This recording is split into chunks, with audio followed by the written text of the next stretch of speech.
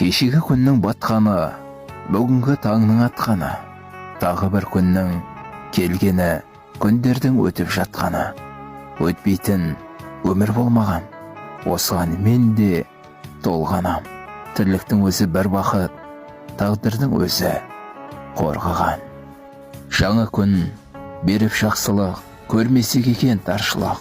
Мейірлі жандар көбейіп, Алла берсін өзі денсаулық. Жамандық қалсын тәмам боп, тыныштық жайлы заман боп. Өмірде тілеймін тек жақсылық, жүрейікші түгел аман боп. Амалын адал өткізген, жүректе нұр төккізген, қайырлы таң баршаға, таңнан таңға жеткізген.